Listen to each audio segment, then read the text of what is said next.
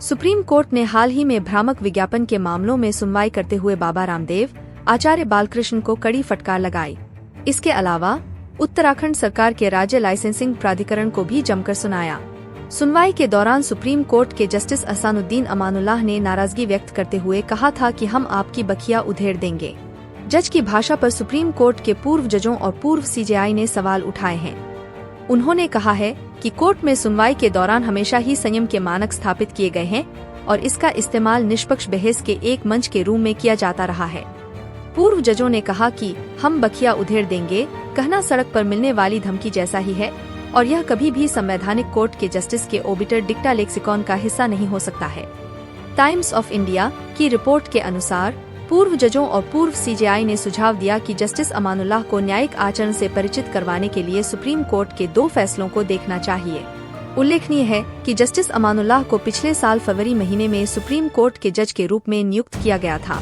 कृष्णा स्वामी मामले में supreme court ने कहा था कि संवैधानिक अदालत के जजों का आचरण समाज में सामान्य लोगों से कहीं बेहतर होना चाहिए।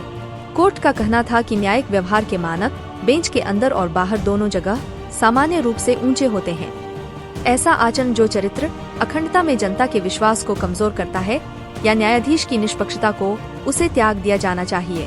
वहीं 3 साल बाद रविचंद्रन मामले में सुप्रीम कोर्ट ने कहा था, न्यायिक कार्यालय अनिवार्य रूप से एक सार्वजनिक ट्रस्ट है, इसलिए समाज को यह उम्मीद करने का अधिकार है कि एक न्यायाधीश उच्च निष्ठावान, ईमानदार व्यक्ति होना चाहिए और उसमें नैतिक शक्ति, नैतिकता होनी चाहिए।